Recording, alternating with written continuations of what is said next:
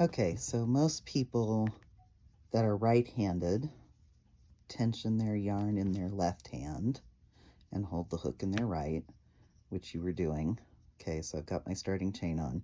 So the first thing is you shouldn't really be pulling on this yarn to tighten things down. You want your tension to be pretty gentle so that it can, so that the hook is sizing the stitches and they're not so tight that they're hard to work in when you're going back the other direction. So I personally like to wrap my working yarn around my pinky like that, and then I just hold it, but I'm not pinching. I'm just letting it rest on those fingers so it kind of stays out of the way. Then I use my thumb and my first finger to do some manipulation, but I use this finger to also help work the stitches that are on the hook here. So, so first of all, the right hand is manipulating the hook to bring it in to grab the yarn from between my fingers. And then once I've pulled the loop through, then I put my finger on the loop, on the hook, so that's not sliding around. So this is holding the chain I just started. This finger is holding the loop on the hook so that it doesn't come popping off.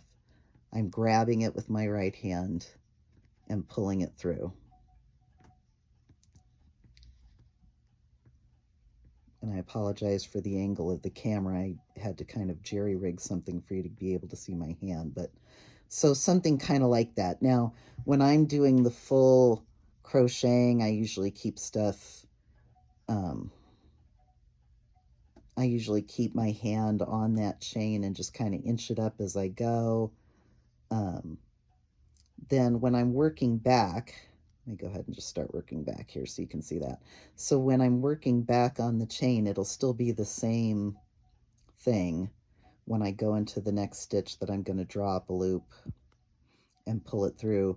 I'm always holding the area where I'm immediately working at with my thumb and finger, and using that finger on the right hand to hold it, as well as using that hand to move stuff around.